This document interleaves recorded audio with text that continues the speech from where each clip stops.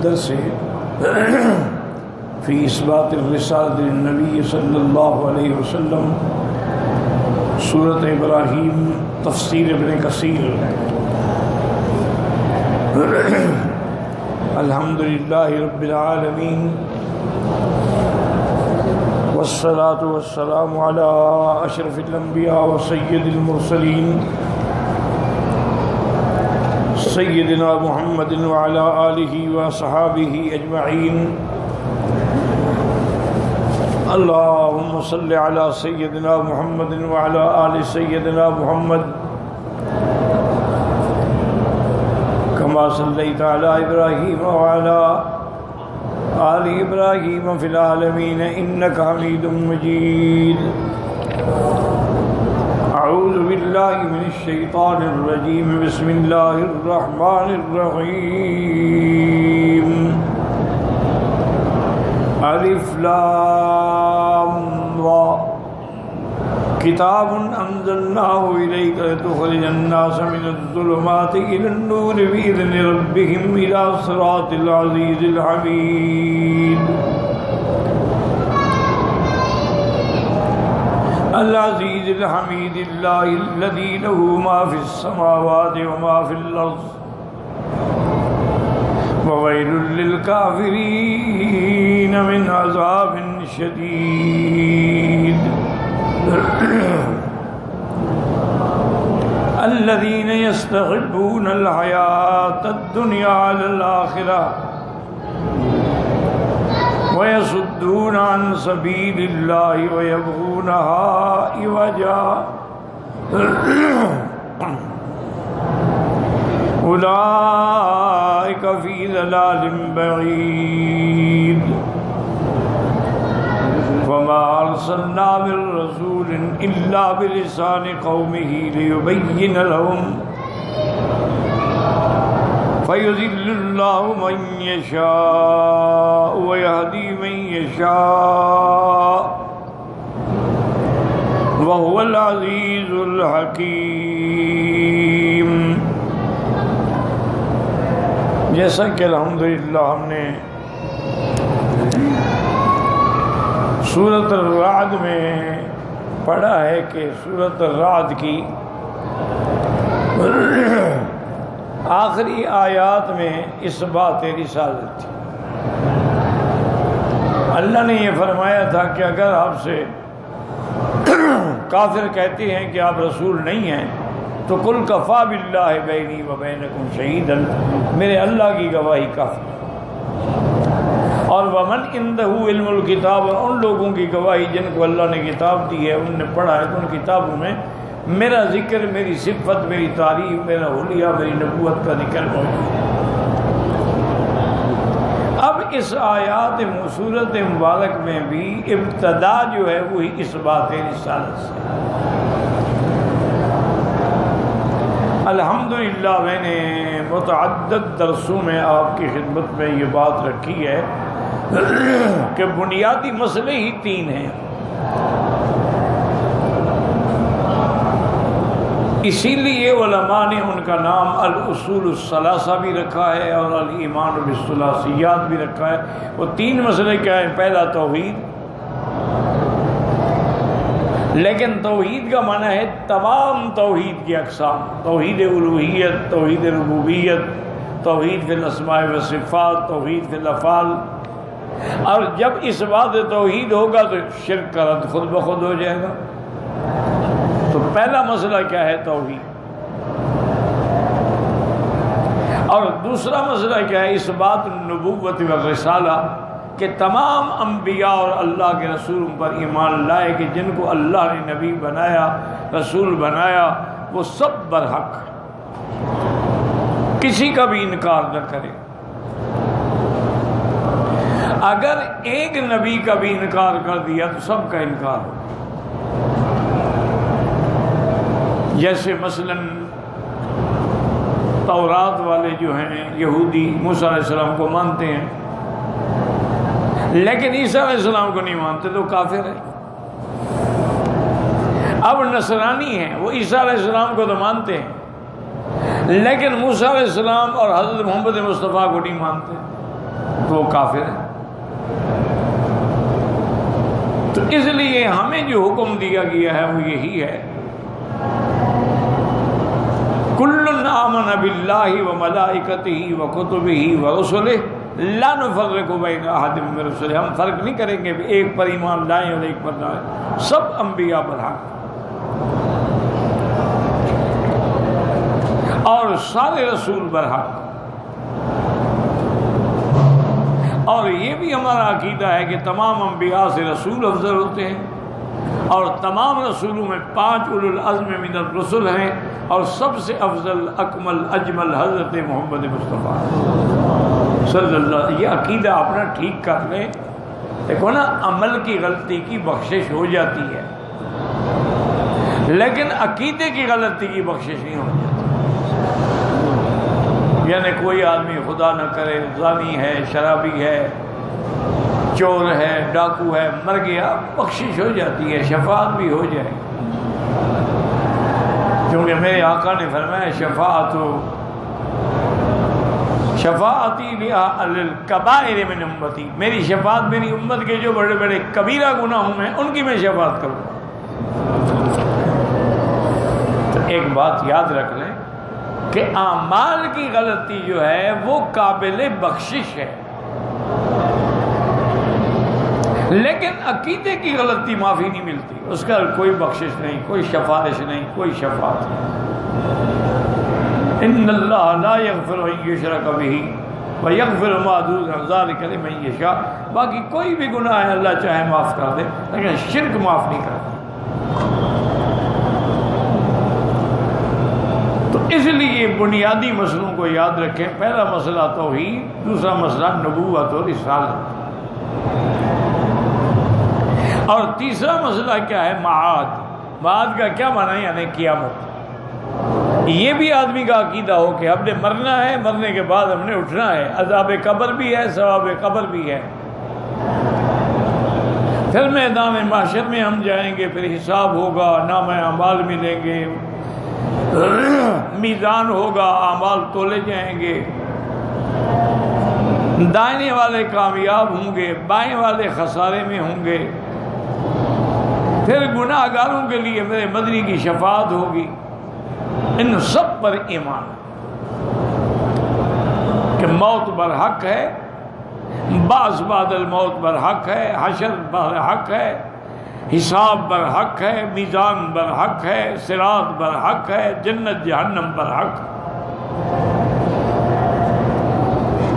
اسی لیے میرے آقا محبوب دو جہاں صلی اللہ علیہ وسلم جب صبح کو اٹھتے تھے تو آسمانوں کی طرف نظر فرما کے ایک تو ان فی خلق السماوات والارض، یہ ساری آیت پڑھتے، اور اس کے بعد یہ بھی فرماتے کہ اللہم انت قیم السماوات والارض، اللہم انت نور السماوات والارض، اللہم انت الحق ووعدک الحق ولقاؤک حق والجنت حق والنار حق والنبیون حق ومحمد حق صلی اللہ علیہ وسلم۔ تو حضور روزانہ یعنی یہ بات دہراتے تھے۔ اور ان تین مسائل میں اگر کسی میں ہی آدمی متذبذب ہے تو پھر مسلمان نہیں۔ یہ نہیں کہ اچھا ہو سکتا ہے جی ہم اٹھیں، پتہ نہیں ہو سکتا ہے مٹی مل گئے کہاں اٹھیں گے، بس کافر ہو گیا۔ وبالآخرۃ ہم یوقنون، یقین ہو، اس میں کوئی شبہ نہ ہو۔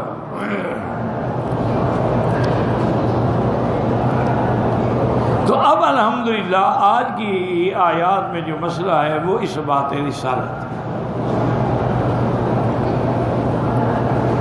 سب سے پہلے ان سورت کی ابتدا بھی حروف مقطعات سے ہے کہ الف لام را،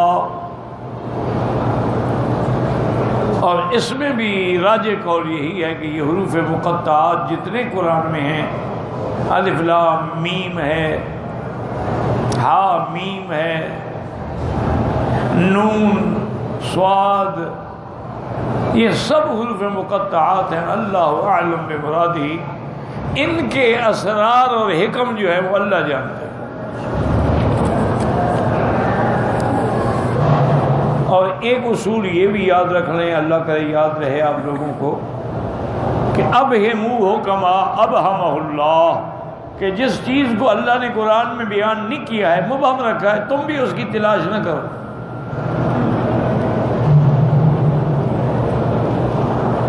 اگر تلاش کرو گے تو پھر ٹھوکریں ہوں گی،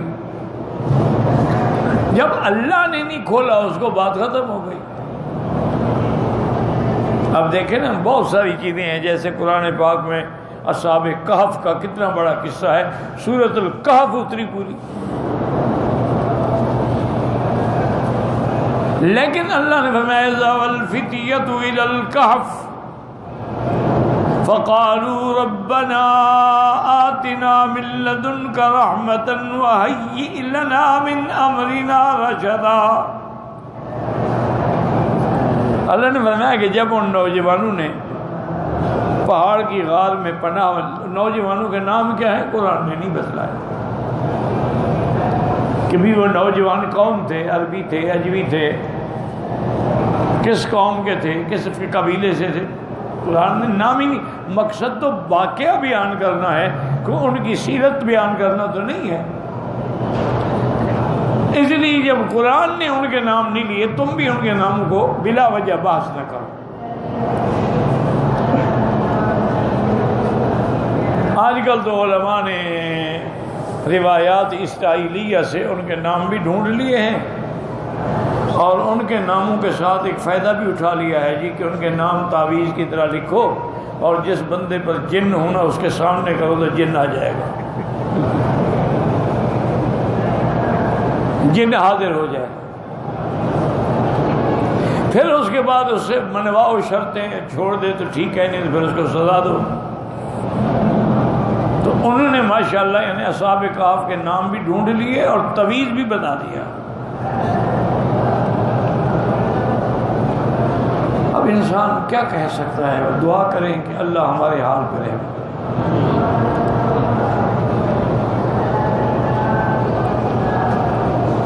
تو اب یہ ہے کہ بلا، حالانکہ ان کے نام نہ تو قرآن میں ہیں نہ حدیث میں ہیں، اگر ہیں کتب اسرائیلیہ میں ہیں، لیکن ان کی روایت کا اعتبار ہی کوئی نہیں۔ جن نے تورات بدل دی، ان کا کیا روایت پر اعتبار ہے کہ وہ صحیح بات ہوگی؟ اسی طرح بہت سارے مقام، وَأَوْحَيْنَا إِلَىٰ أُمِّ مُوسَىٰ، ہم نے موسیٰ علیہ السلام کی طرف وحی فرمائی۔ کیا نام ہے موسیٰ علیہ السلام؟ اماں کا کوئی پتہ نہیں۔ اچھا، اس میں بھی ہمارے مولویوں نے ایک مسئلہ بنایا ہوا ہے کہ جس بندے کو موسیٰ علیہ السلام کی ماں کا نام کا پتہ لگ جائے نا، تو اس کو تسخیر حاصل ہو جاتی ہے، رزق میں برکت ہو جاتی ہے۔ اب ان کو اللہ عالم کیا دماغ میں آ گیا، بھئی موسیٰ علیہ السلام کے نام سے برکت نہیں ہوتی، موسیٰ علیہ السلام کی ماں کی نام سے برکت، اس کی ماں نبی تھی۔ بھئی اگر برکت ہو تو موسیٰ علیہ السلام کے نام سے ہو۔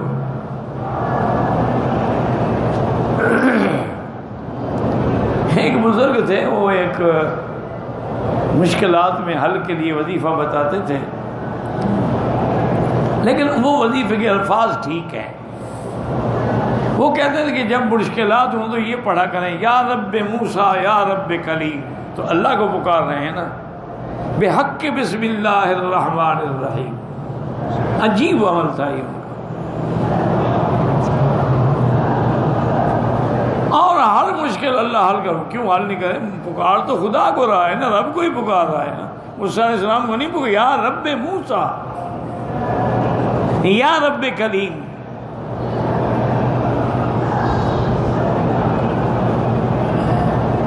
تو بہرحال میرے کہنے کا مقصد یہ تھا کہ اللہ نے موسیٰ علیہ السلام کی اماں کا نام بھی نہیں لیا۔ اچھا، موسیٰ علیہ السلام کی بہن کا نام بھی نہیں لیا۔ اذ قالت لأختہ قصیہ، جب ماں نے کہا موسیٰ علیہ السلام کی بہن کو کہ جاؤ تلاش تو کرو، پتہ تو کرو صندوق کہاں پہنچی، تو لأختہ پتہ نہیں نام کیا ہے، قرآن میں نہیں ہے۔ ایسی ہی کوئی ایک جگہ نہیں، کئی مقامات ہیں جن کو قرآن نے مبہم رکھا ہے۔ تو قاعدہ یہ ہے کہ اب ہو کما ابہم اللہ، جس کو قرآن نے بیان نہیں کیا اب اس کی بحث نہ کرو۔ دیکھو نا، قرآن نے کہا ہے کہ زمین جو ہے قرار ہے، سورج چاند چلتے ہیں۔ اب اسی بحث میں پڑے رہو، اور جو لوگ پڑے ہوئے ہیں چاند پہ پہنچ رہے ہیں، ایمان سے کہیں کیا مل گیا؟ بھئی ہم تو مولوی لوگ ہیں نا، ہمیں تو حساب کتاب آتا ہی نہیں۔ لیکن آپ مجھے بتائیں کہ آج تک ان بڑے ممالک نے چاند کو مسخر کرنے کے لیے، چاند پہ پہنچنے کے لیے کتنی ارب خرب ڈالر خرچ کر دیے ہیں۔ اگر دنیا کے غریبوں پہ تقسیم کرتے، پوری دنیا میں ایک بھی غریب نہ ہوتا۔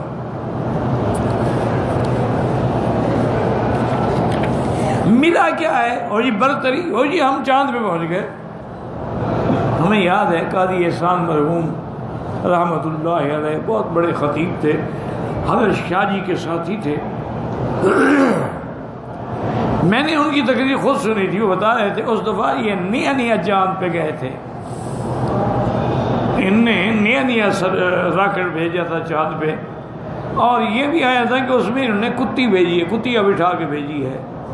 تو قاضی صاحب نے فرمایا کہ بھائی اگر آسمان پہ اور چاند پہ کوئی مخلوق ہے تو جب یہ کتیا وہاں پہنچے گی وہ یہی سمجھیں گے کہ جن کی نمائندہ یہ ہے تو نیچے بھی سب کتے بھیجتے ہیں، بندے ہو تو کسی بندے کو نہ بھیجتے۔ تو یہ ایک مسئلہ ہے، بس انا ہے اپنی بڑائی کا، ورنہ اللہ نے قرآن میں کہہ دیا ہے کہ چاند ستاروں کے 3 کام ہے، زینا السماء الدنیا بمصابیح زینۃ للسماء، اور دوسرا کام کیا ہے، وعلامات بالنجم هم یہتدون، کہ رات کو تم راستہ معلوم کر سکو، اور تیسرا تمہارا کام کیا ہے کہ اس سے تاریخ کا پتہ چل سکے کہ آج کون سا مہینہ ہے۔ ان کے علاوہ بحث کرو گے فائدہ کچھ بھی نہیں ہوگا۔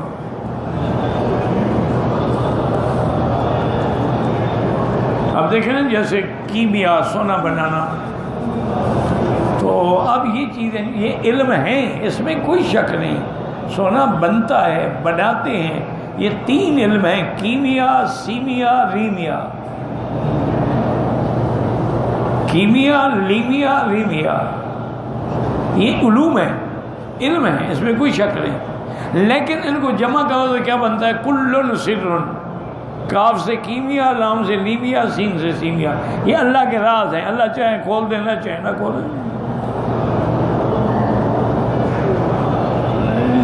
اللہ چاہے تو میں گھر بیٹھے ہوئے سونے کا نسخہ مل جائے، اور نہ چاہے ساری جائیدادیں لوگ پھونک ڈالتے ہیں لیکن نسخہ نہیں بنتا۔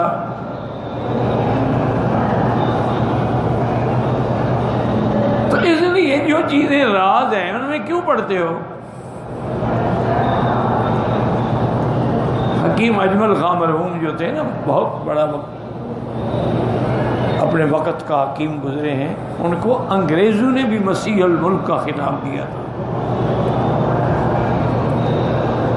اتنا بڑا آدمی تھا، ویسے بھی بڑا آدمی تھا۔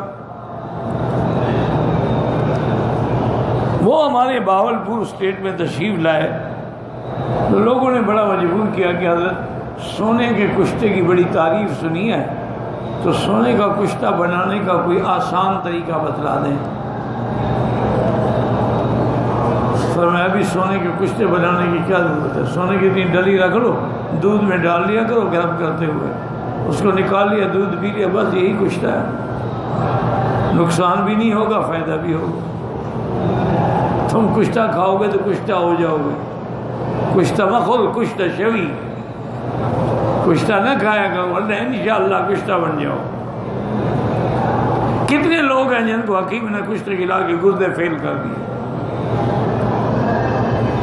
تو اس لیے ہمیشہ یاد رکھو کہ یہ جتنے حروف ہیں ان کا معنی اللہ کے سوا کوئی نہیں جانتا، بس ختم ہو گئی بات۔ اسی لیے جتنی تفسیریں آپ دیکھیں گے نا، آگے لکھا ہوگا اللہ اعلم بمرادی، کہ اللہ جانتے ہیں کہ ان کی مراد کیا ہے۔ الف لام را کتاب کتاب انزلناہ الیک، یعنی ھذا کتاب، یہ خبر ہے اور مبتدا مقدر ہے. یہ قرآن جو ہے یہ کتاب بھی ہے، قرآن بھی ہے، کلام اللہ بھی ہے. اس کو اللہ نے کسی جگہ تو قرآن فرمایا ہے، ان ھذا القرآن یہدی للتی ہی اقوم،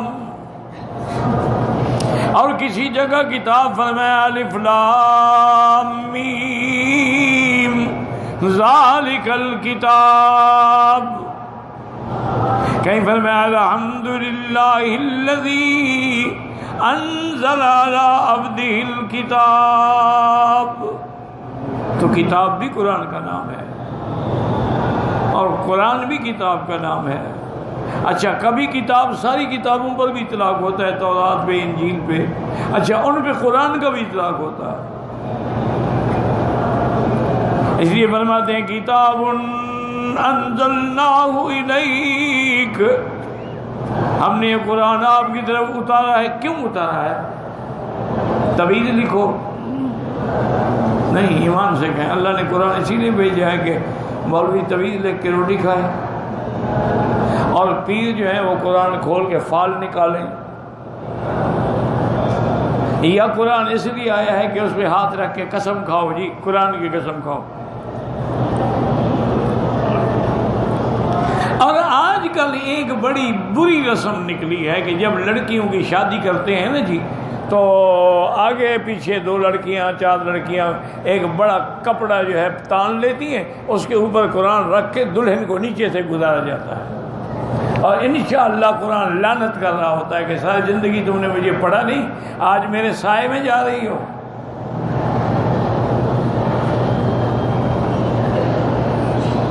جی ہم نے قرآن کے سائے میں بیٹی کو رخصت کیا. انا للہ و انا الیہ راجعون. وہ جس میک اپ میں ہے، جس سنگار میں ہے، جس ڈریس میں ہے، وہ قرآن کے خلاف ہے، لیکن قرآن کے نیچے گزر رہی ہے.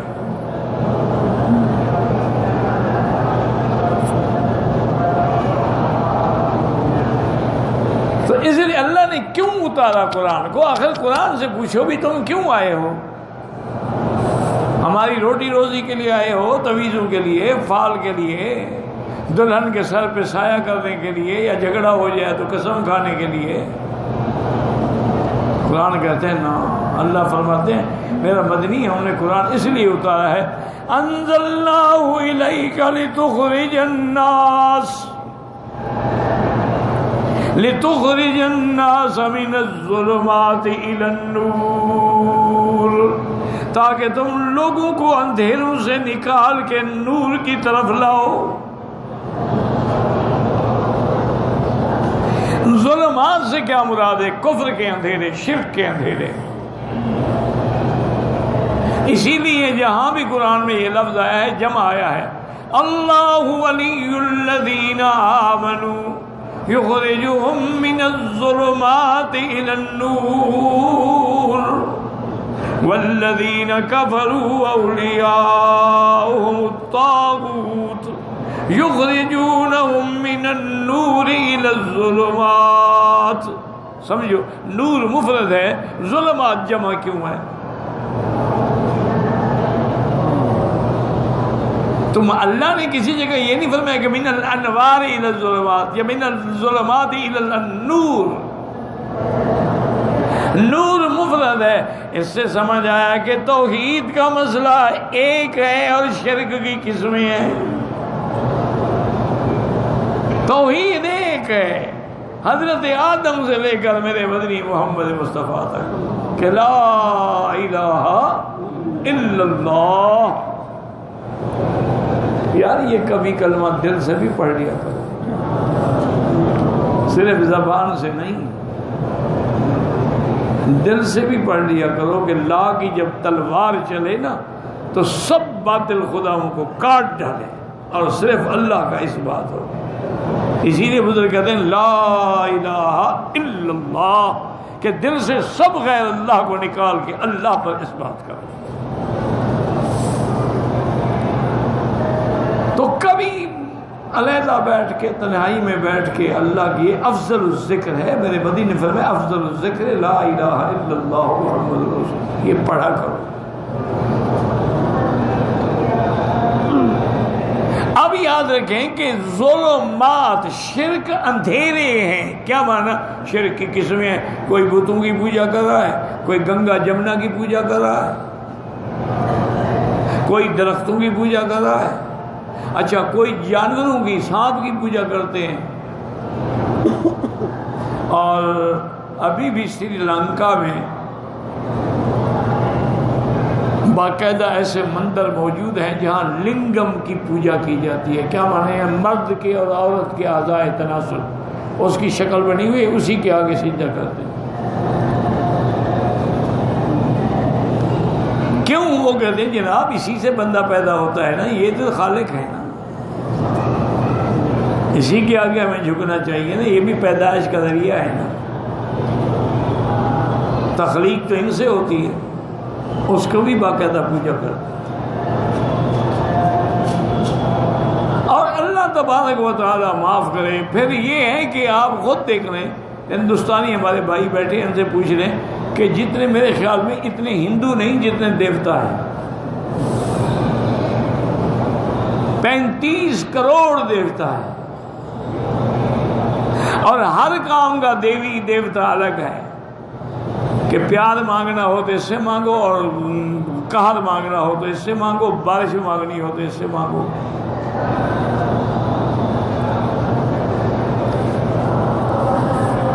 حضرت سندھی نے اپنے سفر کے واقعے میں لکھا ہے کہ ہم جب ہندوستان سے نکلے افغانستان جانے کے لیے تو نکلنا مشکل تھا. انگریزوں نے ہماری وارنٹ جاری کیے ہوئے تھے اور ہمیں صاف بات ہے کہ سزائے موت ہونی تھی. ہم باغی تھے ان کے, باغی کو کون معاف کرتا ہے؟ تو آپ فرماتے ہیں کہ پھر ہم نے, استاد کا حکم تھا کہ افغانستان جاؤ, تو ہم نے پھر ہندو کی شکل بنائی, اسی طرح چوٹی رکھی, اسی طرح ہم نے لنگی باندھی, اسی طرح تلک شلک لگائے. اور پڑھے لکھے تو تھے نا, علماء تو تھے نا. رامائن کو ہم نے ذرا 2-4 دفعہ دیکھا تو رامائن تو ہمیں یاد ہو گئی, ہندو کی جو کتاب ہے. اور جہاں کھڑے ہوتے رامائن پڑھتے تھے, ہندو تو آگے پاؤں میں گر جاتے ہیں کہ دیوتا آ گیا ہے. ہم تو یاد پڑھ رہے تھے رامائن.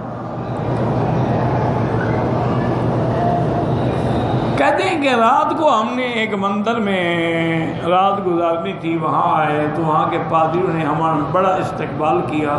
وہ سمجھیے ہمارے بڑے پادری آ گئے جن کو رامائن یاد ہے. کہتے ہیں اس کے بعد ہم نے دیکھا کہ بہت سارے لوگ آئے ڈھول پیٹتے ہوئے اور یہ کرتے ہوئے, تو وہ پادری باہر چلے گئے. تو جب واپس آئے تو ہم نے کہا کیا بات ہے؟ انہوں نے کہا علاقے میں آج کافی عرصے سے بارش نہیں ہوئی, یہ آئے تھے ہمارے پاس کہ دعا کریں کہ بارش ہو جائے ورنہ قحط پڑ گئی.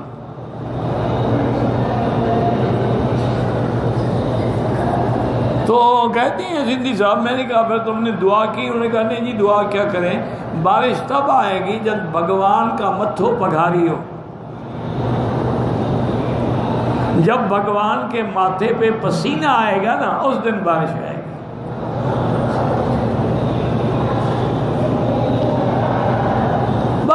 سندھی رحمت اللہ علیہ فرماتے ہیں کہ ہم ساتھی ہم بیٹھتے ہیں کہ یہ بدبخت دیکھو کیسا عقیدہ ہے کہ بھگوان کے ماتھے پہ پسینہ آئے گا. بھیا اس کے ماتھے پہ پسینہ کہاں سے آ جائے گا؟ وہ کہتی ہیں رات کو ہم نے پیشاب کیا, ایک بوتل میں بند کر کے بھگوان کے سر پہ ڈال دیا کہ بھگوان جو پتھروں بدھاری ہو. بھگوان کے ماتھے پہ پسینہ آ گیا.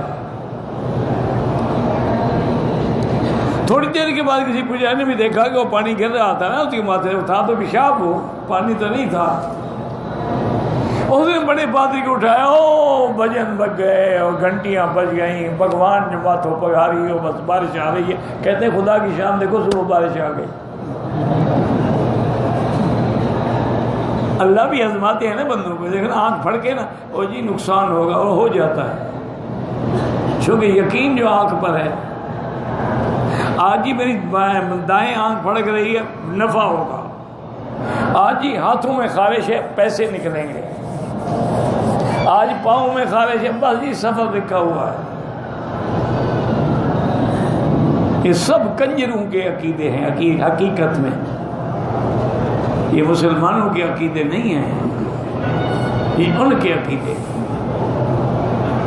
اِنَّا لِلَّهِ وَإِنَّا، اور حضور نے فرما دیا ہے اگر ایسا تمہیں وہم پڑے فوراً کہو اللہم لا طیر الا طیرک ولا خیر الا خیرک ولا الہ غیرک، یا اللہ تیرے سوا کوئی نفع نقصان نہیں دے سکتا.